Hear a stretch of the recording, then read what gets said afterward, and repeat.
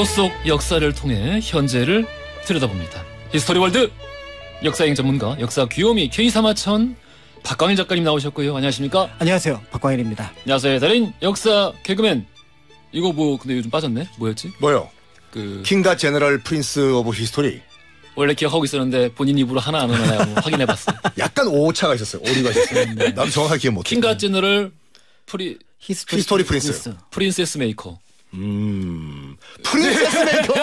괜찮다. 프린세스 메이커. 야, 오케이. 콜. 킹과 제너럴 프린세스 메이커 썬킹 교수님 나오셨습니다. 안녕하세요. 안녕하십니까, 썬킹입니다. 자, 오늘 제가 오프닝에서도 말씀드렸습니다만은 5월 18일 자, 우리 43주년 5.18 민주화 운동 기념일입니다. 네, 뭐 잘 아시겠습니다만은 5.18 그 광주 민주화 운동의 이제 시작된 날짜가 5월 18일입니다. 전남대 앞에서 이제 시작이 되었는데 예. 사실은 이제 그 배경에 앞에 두 개의 사건을 조금 살펴보시면 될 것 같은데요. 여기에 대해서 그러니까 광주뿐만 아니라 그러니까 사실은 서울의 봄이라고 할 정도로 예. 1980년 5월 초에 서울은 굉장히 뜨거웠고요. 그 뜨거움의 목적은 어떤 의미에서 보면은 쿠데타로 찬탈했던 신군부에 대한 저항이었습니다. 그러면 대한민국은 민주공화국이고 모든 권력은 국민으로부터 나오는데 정당한 어떤 절차를 거치지 않은 권력에 대한 어떤 국민들의 저항은 당연한 것이라고 할 수 있는데 신군부는 이거를 용납할 수 없다라고 판단을 했고요. 예. 그래서 이미 일부 지역에 내려졌던 계엄령을 1980년 5월 17일 밤에 전국으로 확대를 하게 됩니다. 그러니까 이제 전국적으로 여기에 대한 저항에 대한 움직임이 일어나게 됐는데 특히 이제 그 이전에 이미 이제 공수부대를 포함해서 군인들이 예, 여기에 그렇습니다. 투입이 되었죠. 보통 우리가 시위라고 한다 그러면 경찰과 시민이 대립하는 모습을 볼 수가 있는데 여기에는 군인이 투입되면서 결국은 시민이 군인의 적으로서 표시되는 어떤 그런 어떤 끔찍한 상황이 만들어졌고 비극이죠. 네, 그래서 이제 5월 18일 전남대에서 이제 학생들을 무력으로 진압하는 과정 속에서 학생들이 탈출해서 이제 광주 시내 또 다른 지역으로 퍼져 나가게 되면서 결국은 공수부대에 대한 어떤 침탈, 그다음에 강력한 진압에 대한 항의를 하게 돼서 5월 21일 날 이제 광주에 있었던 전남도청을 시민들이 이제 장악을 하게 됩니다. 예. 그러니까 여기에 대해서 굉장한 무력감 또는 때에 대해서는 이거를 좀 당황스럽게 여겼던 신군부는 예. 다시 재정비를 해서 우리가 알고 있는 5월 27일의 비극. 예. 그래서 전남도청을 다시 그 어떻게 보면은 그 탈환하는 과정에서 200명 넘는 물론 그 전에 또 많은 분들이 다른 여러 공간에서 희생을 당했지만 최종적으로 200명이 넘는 공식적으로 확인된 희생자가 나타났던 게 1980년 5.18 광주 민주화 운동. 됩니다. 작전명 화려한 휴가였죠. 화려한 휴가 그다음에 나중에는 충정 예. 뭐 이런 이름을 붙였는데 어울리지 않을 뿐만 아니라 안타깝고 우리 역사에서는 다시는 일어나지 말아야 할 사건이죠. 거기서 이제 그 당시는 평시 작전권도 이제 주한미군이 가지고 있었거든요. 예. 그래가지고 이제 그 이제 미국의 역할에 대한 뭐 여러 가지 논쟁이 있었는데. 비판도 있었고. 그렇죠. 예. 그 배경을 잠깐 말씀드리면은 당시 이제 지미 카터 행정부가 지미 카터가 재선을 준비하던 때였어요. 그때가.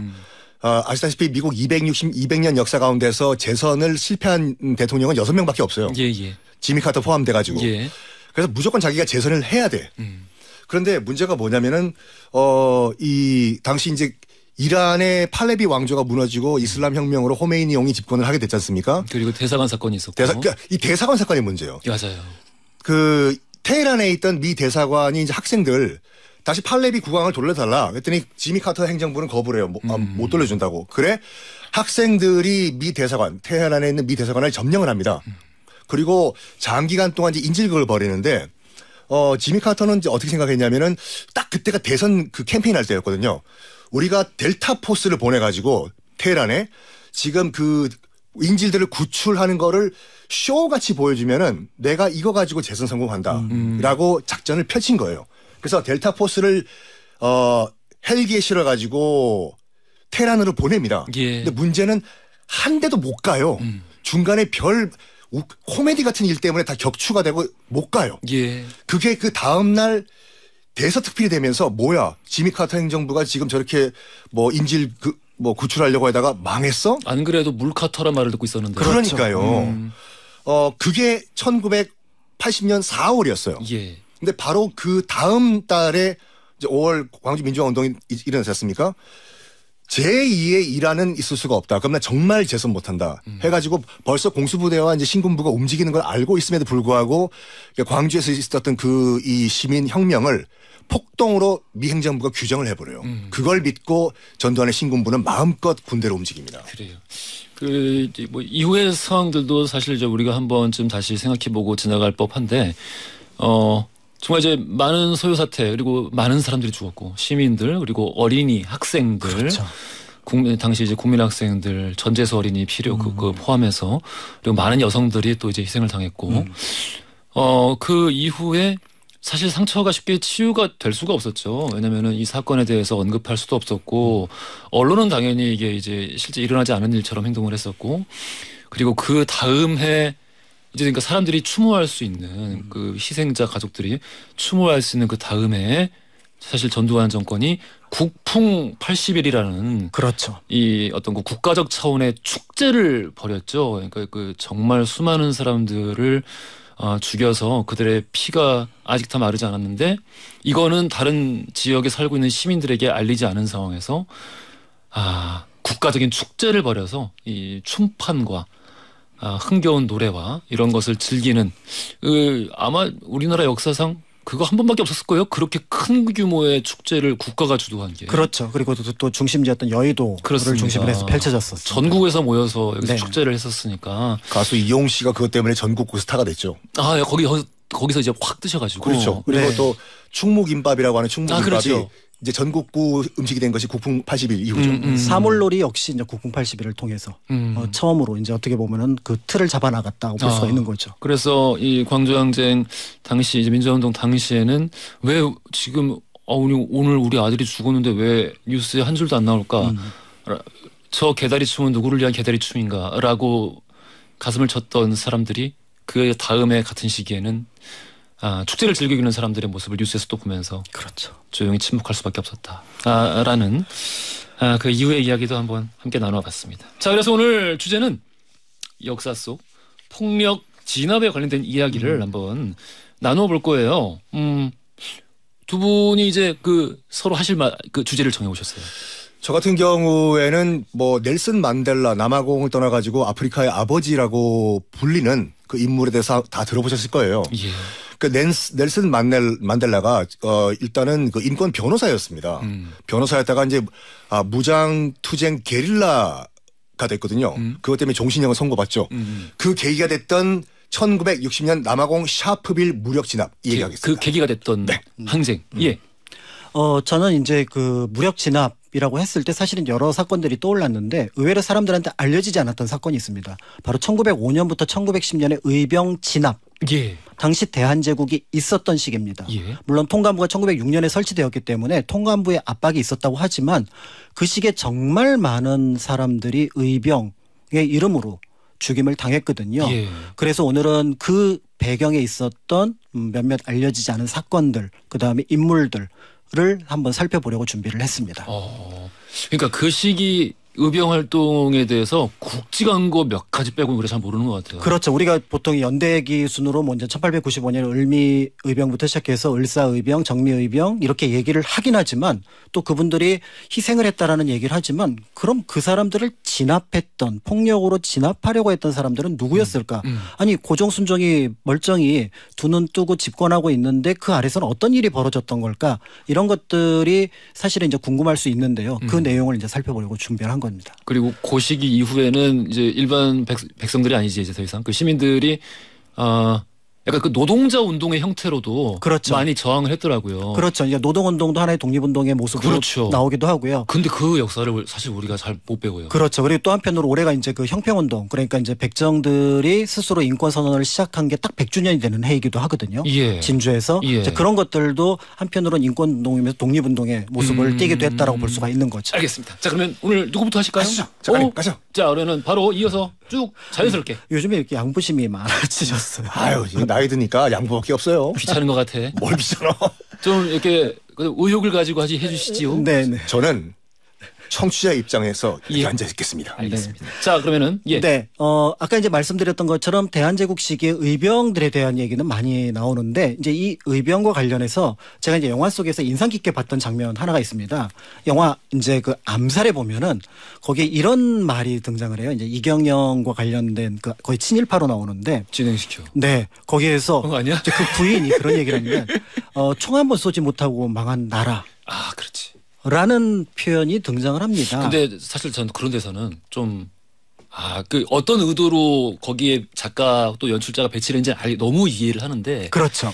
이게 우리 역사를 공부하고 있는 어린 친구들, 특히 어린 친구. 그러니까 이게 잘못된 인식을. 그렇죠. 그러니까 마치 유대인들이 나치에게 무슨 순한 양처럼 끌려갔고 그들은 아무 저항도 하지 않았다라는 말을 믿는 사람들처럼. 그렇죠. 그 사실이 아니거든요. 네. 이것도 사실이 아니고. 영화 광해 왕이 된 남자를 보고 많은 젊은 친구들이 광해가 정말 성군으로 착각을 하고 있어요. 우린 절대 총 한 번 못 쏴보고 나라를 빼앗긴 민족이 아니에요. 맞습니다. 그래서 이제 여기에서 지금 말씀하셨던 것처럼 그 작가분이나 아니면 그 영화에서 얘기하고자 했던 부분은 바로 뭐냐면 정부 차원에서 저항하지 못했던 그 부분을 비판 또는 어떻게 보면 그렇지. 비꼬려고 했던 거라고 보시면 될 것 같고요. 오해의 여지가 있죠. 조금 더 정확하게 살펴보면 우리는 수천, 수만, 수십만 어떻게 보면 보이지 않는 총을 쏘고 저항하고 이 나라를 지키기 위해서 노력을 했습니다. 그러니까 이게 상당히 극단적인 모습을 띠게 되는 거죠. 보통 주권 국가라면은 외적이 나서게 되면 정부군이 나서고 그다음에 그 옆에서 의병으로서 시민들이 그거를 지원하는 모습을 띠게 되는데 정부와 의병이 완전하게 언밸런스한 모습을 보여줬다라는 게 이 시기에 굉장히 안타까운 특징이라고 볼 수가 있거든요. 실제로 그래서 1905년 을사늑약이 체결되었을 때부터 이제 그 모습을 좀 살펴보면은요. 사실 이제 그 을사늑약이 체결되자마자 당시 일본의 공사가 대한제국 정부에게 이런 요청을 하게 됩니다. 의병의 진압을 해달라. 지금 이게 을사늑약의 어떤 의도를 망가뜨리고 있다라고 해서 당시 외부 대신이었던 을사오적 중에 한 명이었던 박재순에게 이 공문을 보냅니다. 그랬더니 박재순은 네 하고 바로 접수를 하고요. 이 공문을 어디로 보내냐면 군부로 협조 요청을 보내게 됩니다. 그러니까 그때는 대한제국이 있을 때니까요. 그래서 실제로 대한제국군은 각 지역으로 그러니까 지금 나와 있는 자료로 보면 원주, 청주, 안동에 비교적 의병들이 많았었는데 이 지역으로 진압 작전에 들어가고요. 근데 군인들도 진압하러 가서 참 답답했겠다. 그렇죠. 그리고 이제 내부 그러니까 지금의 어떻게 보면은 이제 행안부가 되는데 여기는 충북, 경북, 강원에 훈령을 내려서 각 군수가 주도가 되어서 의병을 진압하고 그 내용을 보고하라.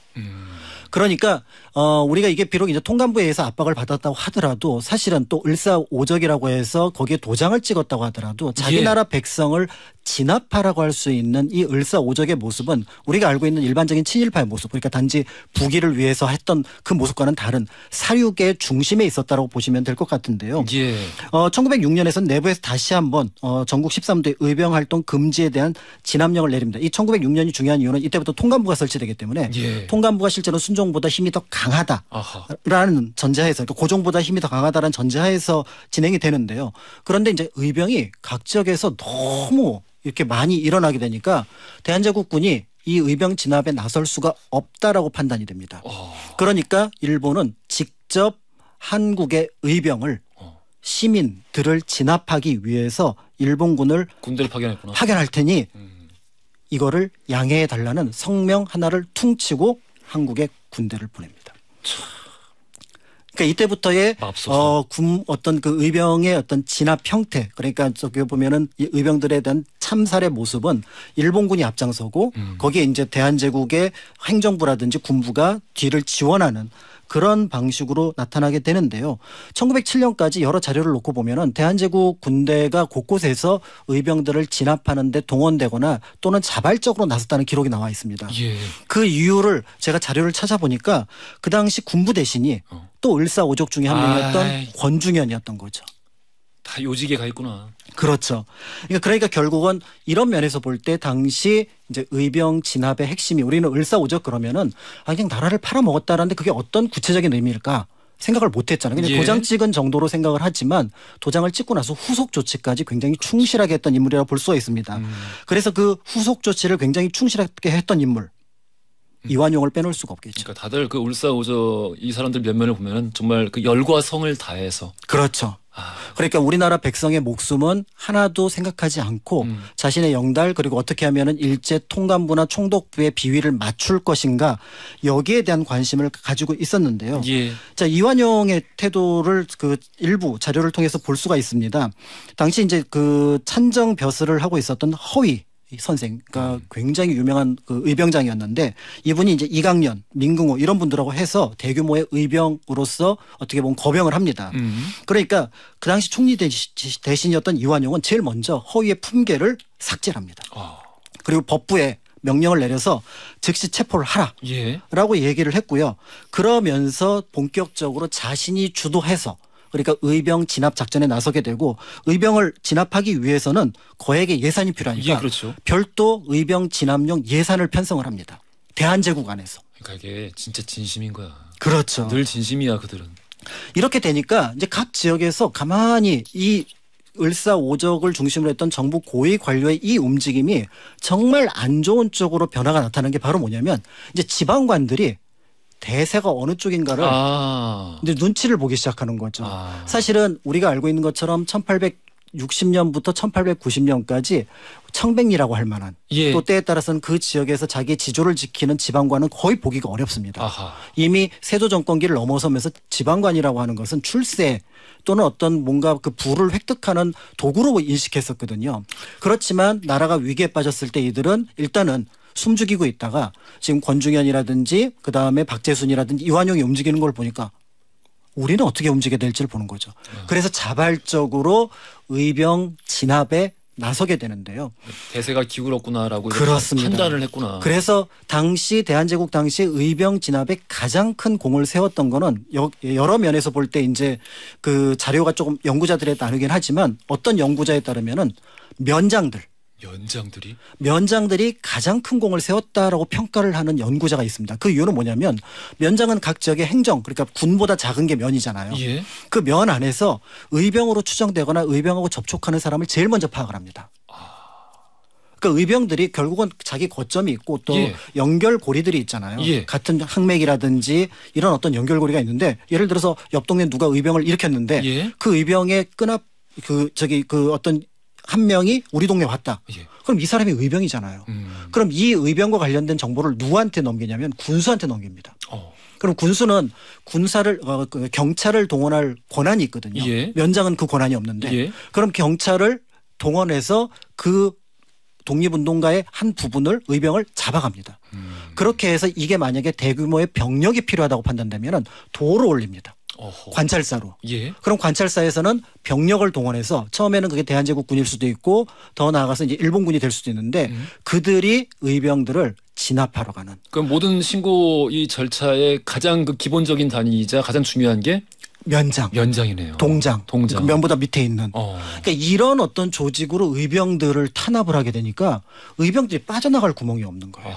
그래서 우리가 보통 1907년 이후에 그러니까 이제 정미의병이라고 해서 군대 해산 이후에 대규모로 의병들이 일어나게 되는데 그들이 그렇게 빠르게 패퇴했던 이유 중에 하나가 바로 뭐냐면 이 행정 체계 속에서 의병들을 통제를 하기 시작하니까 사실은 그 본보기는 위에서 이제 그 어떤 거물급 친일파들이 보여줬던 모습들을 나타나게 되는 거고요. 이 상황이 이쯤 되니까 그러면 아예 의병을 색출하러 다니는 단체들이 등장을 합니다. 너무나 당연하게 짐작할 수 있는 것처럼 일진회 같은 존재들이 이미 의병들을 색출하러 다니는 거죠. 왜 그럴까요? 그 어떤 그 위기에 빠지면은 왜 그렇게 자발적으로 뭔가를 색출하려고 하는 그 왜 그런 것도 있잖아요. 왜 저기 이란 혁명 이후에 여성들이 부르카 입고 다니는지 안 입고 다니는지 여성들이 단속을 했어요. 자체 감찰단을 만들어가지고 머리구덩이 자꾸 끌고 가더라고. 그러니까 약간 나쁜 쪽으로의 생존 본능이죠. 이렇게 해야지 내가 살 수 있다는. 나쁜 쪽으로의 생존 본능. 말 됐네. 알겠습니다. 자, 그러면 남은 이야기 3부에서 마저 또 나누어 볼 거고요. 여기서 돌발 퀴즈 드릴게요. 5.18 민주화운동 이야기 앞서 나눴죠.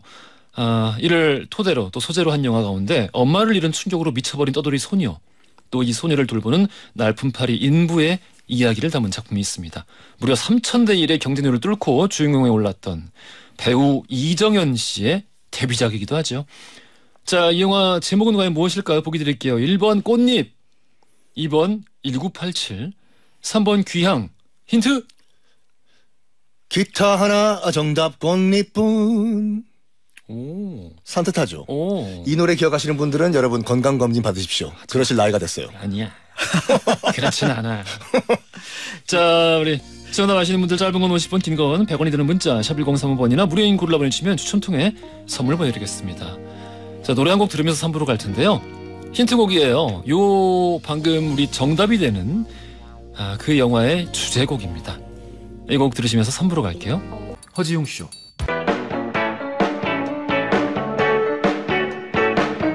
그래 알고 있어 심심한 걸 졸린 점심시간 너무나 싫어서 라디오를 들으면서 혼자서 달리는 12시 5분 그 여름날 밤 라디오의 음악 속에 잊을 수도 없는 춤을 춰 귓가를 울리는 우리 목소리에 믿을 수도 없는 꿈을 꿔 이제는 정오의 바쁜 햇살 아래 헤드폰을 쓰고 춤을 춰 귓가를 울리는 슬픈 음악 속에 나눌 수도 없는 춤을 춰 여러분은 지금 삶이 행복해지는 순간 허지웅 쇼를 듣고 계십니다.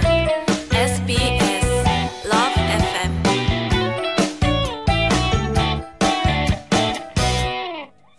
허지웅 쇼 3부로 돌아왔습니다. 오늘 히스토리 월드 박강일 작가, 썬킹 교수 두 분 모시고 역사 속 폭력 진압에 관련된 이야기 살펴보고 있어요. 자, 우리 팟캐스트로도 이 시간 함께 할 수 있는 거 알고 계시죠? 언제 어디서든 1주행, 2주행, 3주행, 정주행 쭉 하시는 분들 계시는데 늘 즐겁게 편하게 들어주시고요.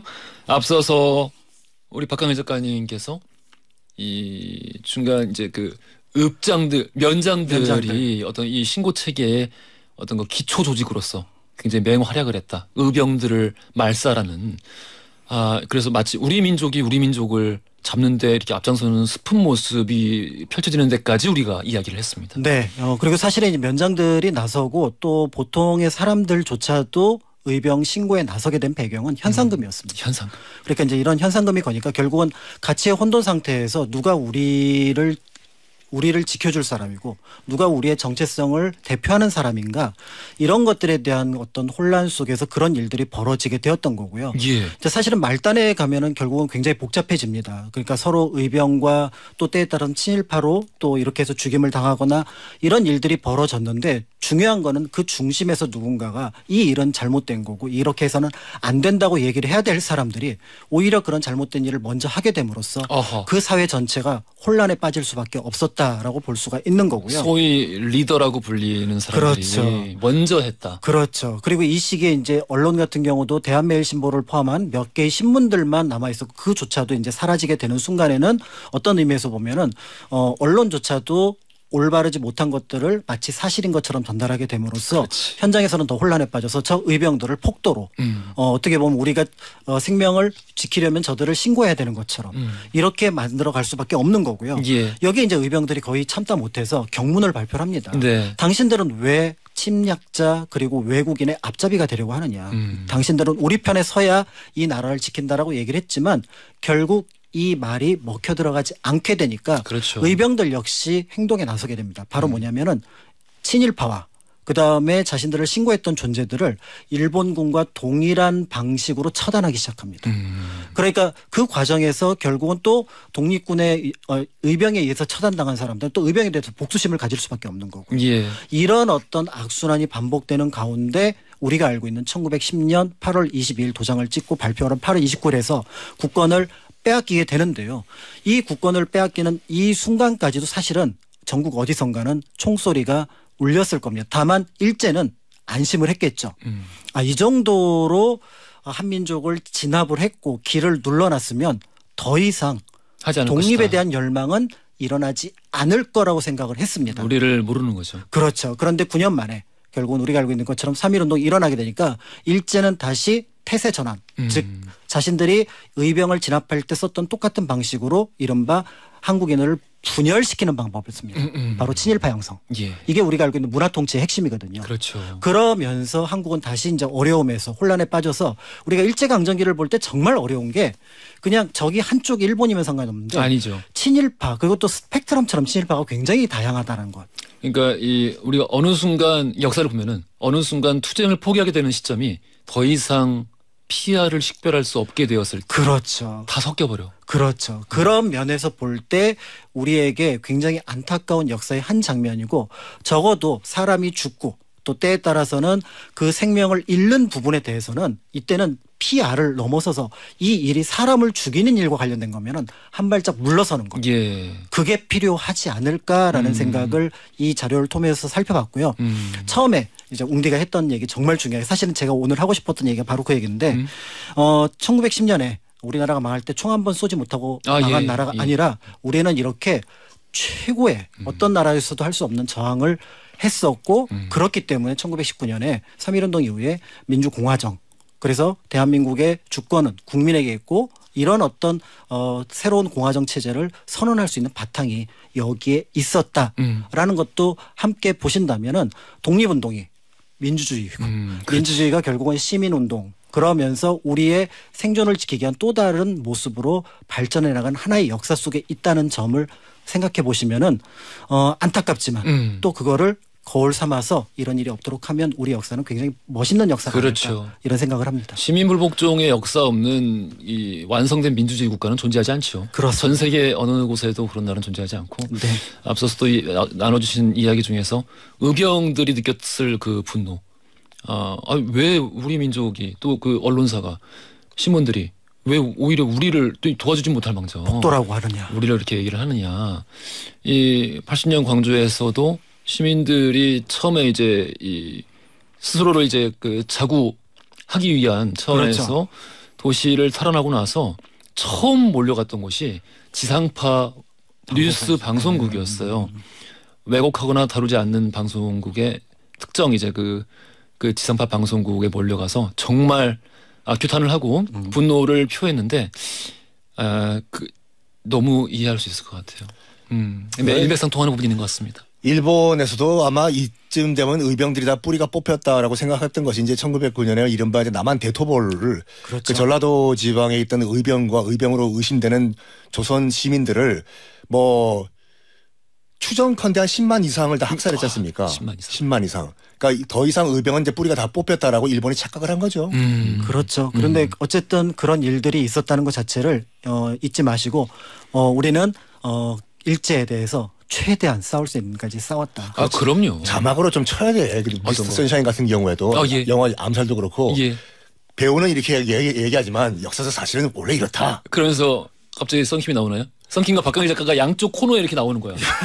괜찮네 그거. 뿅 이렇게 나오더니 갑자기 요거를 누르시면은 잠시 관련된 역사 이야기를 들으실 수 있습니다. 하면서. 혹시 방송 관계자 여러분들, PD님들 듣고 계시면 한번 저희 시간 많습니다. 오늘 코너 시작하고 가장 활기가 넘치시는 거예요. 그래요?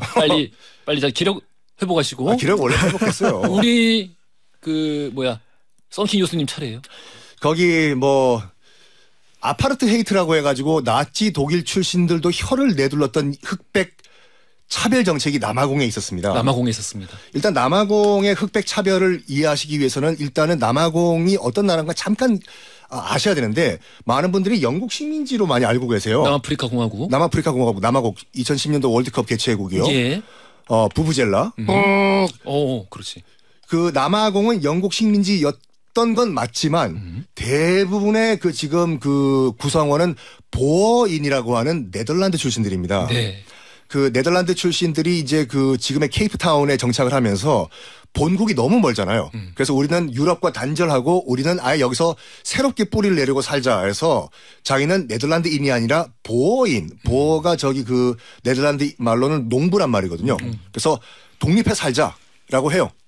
물론 나중에 이제 영국도 들어오면서 이제 보어 전쟁이라는 걸 일으켜가지고 그렇죠. 영국과 이제 보어인과 전쟁을 1, 2차를 하는데 무승부로 끝납니다. 그러니까 이 휴전 상태가 지금까지 이어져요. 그러니까 지금 남아프리카 공화국 이전에는 남아프리카 연맹이라는 국가, 연방이라는 국가가 있었는데 네. 오렌지, 트란스발, 그다음에 나탈, 케이프 콜로니 이렇게 네 독립국이었어요. 중간에 뭐 이상하게 지나간 것 같은데. 뭐가요? 무슨 발? 트란스발이라는 나라였습니다. 알겠습니다. 잠시 귀를 의심했습니다. 다시 한번 트란스발, 예. 그다음에 오렌지, 예. 나탈, 케이프 콜로니. 여기에 나탈과 케이프 콜로니는 영국계, 그다음에 오렌지와 트란스발은 보어인. 지금도 남아프리카 공화국은 수도가 3개예요. 전 세계에서 유일해요. 그래요. 왜냐하면 영국계와 보어계가 나눠 먹었기 때문에 영국계는 케이프타운 하나 먹고 나가고 그다음에 네덜란드계는 2개 먹고 나가고. 그러니까 즉 그 말은 뭐냐면 지금도 남아공은 영국의 입김도 세지만 주류 사회는 보어인이 통치하는 나라예요. 그래서 여전히 굉장히 사회가 좀 혼란하고 그래서 그 예전에 우리 SF 영화 중에 디스트릭트 9이라는 그렇죠, 작품이 그렇죠. 이 남아프리카 공화국을 배경으로 삼았던 것도 이런 그 정치적 배경 중간에 그런 풍자도 많이 들어가 있고 많이 들어가죠. 예. 그 보어인은 자기의 이름을 공식적으로 바꿔요. 아프리칸스라고 해서 우리는 백인이지만 유럽과는 전혀 상관이 없는 아프리카에 사는 그냥 우린 얼굴 하얀 사람이다. 아프리칸스로 이름을 바꾸고 아프리칸스? 그렇죠. 자기네 나라 말 쓰는 말을 아프리칸스어라고 만들어버려요. 이게 네덜란드어에서 시작이 됐지만은 한 300년 거치면서 완전 다른 말이 돼버려요. 남아공은 공식적으로 공용어가 11개예요. 예. 영어는 그중에 하나일 뿐이에요. 오히려 아프리칸스어가 공용어에 더 가까워요. 아프리칸스 그 대표적인 배우가 누구냐면 샤를리스 테론이라고 예. 그 매드맥스에 나왔던 그분 있잖아요. 샤를리스 테론을 소개하면서 그렇게 그 표현할 필요가 없습니다. 여러분이 잘 모르시겠지만 이런 풍으로 말씀하시면 어떡해요. 아니, 죄송합니다. 사랑합니다. 사랑합니다, 여러분들. 그 The Bombshell 예. 나오고 예. 샤를리스 테론이 아프리칸스예요. 그래서 모국어가 영어가 아니에요. 그래서 아프리칸스 네덜란드계 입장에서 봤을 때는 자기는 유럽과는 뿌리가 이제 완전 다른 아프리카의 백인들이잖아요. 자기네 목숨은 자기가 지켜야 돼요. 그래서 어떤 걸 결정을 하냐면 흑인들이 당연히 줄이겠죠. 퍼센티지로 봤을 때는. 예. 절대로 우리가 밀리면 안 된다예요. 그러면서 뭐 하냐면 철저한 흑백 분리 차별 정책을 시작합니다. 아파르트헤이트가 아프리칸스어로 분리, 세그리게이션이라는 말인데 세퍼레이션이요. 예. 처음부터 이게 점점 이제 이 비공식적으로 진행되다가 1948년도에 공식적으로 법제화가 돼요. 이 아파르트헤이트가. 어느 정도였냐면은 흑인들을 아예 독립을 시켜버려요. 예. 독립국으로. 예. 반투스탄 정책이라고 하는데 너희들은 너희 나라로 만들어줄 테니까 들어가서 나오지 말라고. 너희 나라에서 남아공 들어오려면은 여권 갖고 허가증 받고 들어오라고. 그리고 만약에 일 때문에 너희들이 흑인들이 다시 우리 백인들 커뮤니티에 들어올 경우에는 허가증이 있어야 되고 하늘 보고 걸으면 안 되고 땅 보고 걷고 백인들 얼굴 보고 웃으면 안 되고. 아하. 그러니까 미국의 그 60년대 마틴 루터 킹의 그 흑백 차별 정도가 아니에요. 그러니까 그 한참 우리가 이제 익숙하게 알고 있는 민권운동 시절에 이 당했던 차별과는 비교할 수 없는 참담한 수준이다. 인간 이하가 아니라 인간도 취급을 안 한 거예요. 그렇죠. 이런 상황에서 1960년 요즘은 아니지만 당시에 그 아파르트헤이트 그 인종차별 정책이 가장 심했던 곳이 요하네스버그예요. 요하네스버그. 많은 분들이 요하네스버그를 그 남아공의 수도로 알고 계시는데 수도는 아닙니다. 수도는 아니고 아까 얘기했던 디스트릭트 나이트 배경이죠. 그렇죠. 예. 요하네스버그가 가장 인종차별이 심했는데 거기에 요하네스버그의 교회에 있던 마을이 하나 있었어요. 샤프빌이라고. 흑인들이 도저히 못 참겠다. 우리 흑인들도 인간으로 대접해달라라고 하면서 시위를 벌입니다. 시위를 벌였는데 백인 비밀 경찰들이 기관총까지 동원하면서 공식적으로는 백인 기록에 따르면은 500명 이상이 그 기관 단총을 맞고 현장에서 죽거나 다쳤어요. 만 곱하기 10 해야겠는데. 그렇죠. 예. 네. 그때 그 당시에 활약했던 사람이 당시 이제 그 흑인 인권 운동가였던 넬슨 만델라였어요. 예. 변호사였던. 변호사였죠. 예. 그 넬슨 만델라는 그 1960년 이전만 하더라도 인권 변호사로서 엄청나게 활동을 했어요. 만약에 흑인들이 뭐 폭력을 당했다. 그러면 변론해주고 우리 흑인은 잘못이 없다. 했다가 1960년 이 샤프빌 무력 진압 이후에 변호사를 포기합니다. 안 되겠다. 이제부터는 무력 투쟁이다. 그러면서 이제 넬슨 만델라가 실제로 수류탄과 폭탄 제조 기술을 배우고 옆에 있는 나라 가가지고 게릴라 훈련까지 받고 들어와가지고 다시 남아공에 들어와가지고 게릴라 활동을 해요. 예. 정부, 그러니까 백인 정권은 말로 해서는 안 되겠다. 무력으로 뒤집어 엎자. 해서 실제로 술탄 투척, 폭탄 설치, 폭파. 하니까 당연히 백인 비밀 경찰에서는 누구? 넬슨 만델라 잡으라고. 그러니까 약간 체 게바라와 비슷해요. 체 게바라는 의사였잖아요. 부에노스아이레스에서요. 예. 그러다가 이제 무장 게릴라가 된 케이스고 예. 넬슨 만델라는 변호사였다가 이제 무장 게릴라가 된 케이스인데 1년 반 동안 그 숨어서 투쟁을 하다가 결국에는 1년 반 만에 비밀 경찰한테 붙잡힙니다. 붙잡혀요. 무조건 일단 사형이에요. 아하. 이건 무장 게릴라잖아요. 예. 그래서 죽기를 각오하고 이제 그 재판장에 섰는데 그 최고 변론이 이거였어요. 그래, 내가 죽어도 좋다. 하지만 내가 죽는 건 정말 아쉬운 건 그거다. 내가 더 이상 무장 투쟁을 할 수 없다는 것이 정말 안타깝다. 전 세계가 다 보고 있었어. 그 무장 투쟁을 하던 넬슨 만델라가 잡혔다. 재판장에서 재판사가 사형 못 내리죠. 그리고 또 이제 이게 참 천만다행인 게 이미 이제 시대가 미디어의 시대였잖아요. 그렇죠. 예, TV 중계로 모든 것을 지켜보던 시기였기 때문에 쉽게 못하죠. 그렇죠. 그 누구냐, 그 박열. 예. 박열이 원래는 사형을 받아야 되는데 무기징역 받잖아요. 예. 그렇죠. 박열은 실제로 사형을 받고 싶어 했었는데 그럼에도 불구하고. 네. 박열 선생은 그 일본 판사가 무기징역 때리니까 나 사형 때리라고 이랬잖아요. 저 아닙니다. 예. 전 일본 판사가 아닙니다. 예. 순간 그렇게 보였어요. 왜 그래? 그래서 전 세계가 주목을 하고 있는 상황에서 종신형을 때려버려요. 차마 사용을 못하고. 그렇죠. 그러면서 그 케이프타운 앞에 있는 로벤 섬이라는 그러니까 샌프란시스코 앞바다에 있는 알카츠라스랑 똑같은 그 섬이에요. 그런 섬이 있구나. 섬에 들어가요. 예. 섬에 들어가서 우리의 넬슨 만델라는 무려 27년 동안 거기서 갇혀 지냅니다. 근데 진짜 그것도 의지가 대단하다. 이게 남아공의 백인 정부는 죽었다라는 뉘앙스를 풍겼어요. 예. 한 10년 지나고 나니까 넬슨 만델라를 지금은 추모할 때다. 이러니까 국민들은 죽었나 봐, 노르벤 섬에서. 그래서 전 국민이 다 죽었다고 착각을 한 거예요. 이제 잊기를 바라는 거지. 그렇죠. 이 사람을 잊기를 바라는 거지. 그래서 나중에 이게 전 사회 구성원들이 다 동시에 착각을 하고 있는 거를 만델라 효과라고 해요. 예를 들어서 썬킴은 진짜 개그맨이다라고 착각을 하고 있는 것이 만델라 효과예요. 김학도 씨랑 관련 있지 않나? 네, 거기서 또 김학도 선생님보단 제가 더 잘 나가죠. 그래서? 그래가지고, 그러니까 넬슨 만델라는 거기서 이제 그 바깥 세상과 커뮤니케이션이 안 되잖아요. 그러는 가운데 1976년에, 그러니까 아파르테이트는 점점 심해가요. 흑백 분리 정책. 그러니까 많은 분들이 이제 영국 식민지로 알고 계시는 것이, 이제 영국도 지른 거예요. 영국은 벌써 1807년에 노예제도를 폐지했거든요. 예. 영연방 국가였어요. 남아공이. 예. 영국 정부가 얘기한 거예요. 나 흑백 차별하지 말라고. 영국은 아시다시피 유색 인종이라고 하더라도 전문직은 대접해줘요. 영국에서는. 우리 뭐 셰익스피어의 저기 누굽니까? 저기 그 흑인. 뭐야? 왜 갑자기 기억 안 나? 여기 흑인 나오잖아. 유색 인종. 네, 생각나게 얘기해. 네, 생각해봐요. 네, 생각나게 얘기해줄게. 그 간디, 그 인도의 간디도 영국에서 변호사 땄잖아요. 예. 영국에서는 굉장히 대접을 받았어요. 오델로였나? 네? 오셀로 말고. 아니야. 예, 계속. 네. 근데 이제 그 남아공이 영국에 약간 지배를 받을 때 인도는 벌써 영국 식민지니까 네. 많은 인도인들이 남아공으로 이제 그 노동자로 끌려갔어요. 그래서 간디도 이제 영국에서 변호사 활동을 하다가 남아공에 우리 인도 국민들이 지금 뭐 차별받고 있다고 하니까 나도 변호사 활동 거기서 할까 해서 남아공 갔다가 엄청난 인종차별을. 돈 있으니까 1등 칸을 탄 거예요, 기차. 끌려서 바닥에 내팽개치신 거예요. 어디 유색 인종이. 어디 감히 네가 1등 칸을 타냐고. 여기에 멘붕이 와가지고 안 되겠다. 투쟁을 하자.